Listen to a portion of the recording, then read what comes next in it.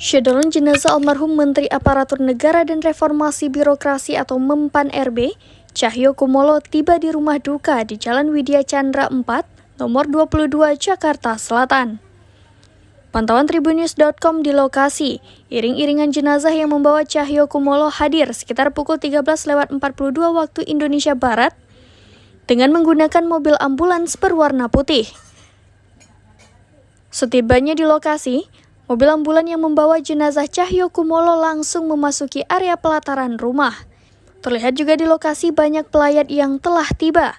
Di antara mereka terpantau hadir Menteri Sosial RI Tri Risma Harini dan Kepala Staf Presiden atau KSP Muldoko. Berdasarkan informasi yang dihimpun, jenazah Cahyokumolo akan langsung dimakamkan sore hari ini. Adapun lokasi pemakaman dari Cahyokumolo di Taman Makam Pahlawan Nasional Kalibata, Jakarta Selatan.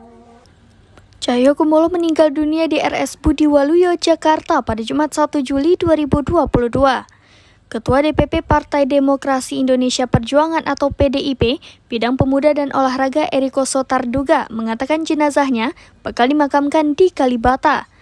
Menurutnya hal itu ia sampaikan setelah bertemu dengan pihak keluarga di RS Budi Waluyo.